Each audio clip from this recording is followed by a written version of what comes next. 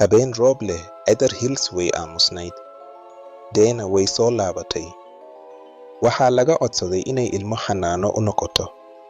Gurigu ma caadi ahayn. Vina ayaa dilay gabadh xanaano bixiye ah. Sharif Mark wuxuu helay warqad. Warqadda waxaa ku qoran tani waa bilowga.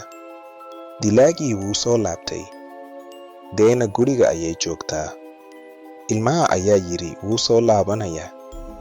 Telefishanka ayaa shidmay. Qof daaqadda dibaddeeda ah. Cabsidu way gashay. Sharif Mark wuxuu helay cajalad duug ah. Cod nin ah ayaa leh kani waa kan labaad. Deena ayaa cajalada ku jirta. Dilaagu wuxuu qorsheynayaa inuu duubo dilka. Mark wuxuu ogaaday in dhibanayaashu ay isku jaamacad tageen. Dilaagu waa qof ay garanayeen. Wuu orday guriga Deena waqtiguu sii dhammaanayaa. Deena waxay maqashay talaabooyin. Nin maaskaro gashan ayaa istaagay bannaanka. Waxay isku dayday inay soo wacdo laakiin telefoonka wuu go'ay. Dilaagii ayaa hor istaagay. Dagaal ayaa bilowday.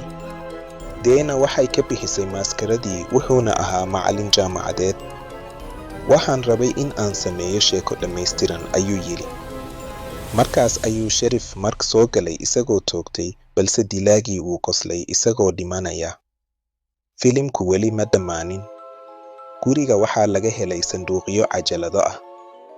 Mid walba waxaa ku qoran magac gabadh kale. Sharif Mark wuxuu arkay mid la yiraahdo Sakwil 3. Wuxuu garowsaday in dilaagu uu lahaa kaaliyayaal. Tee Sakwil dhawaan.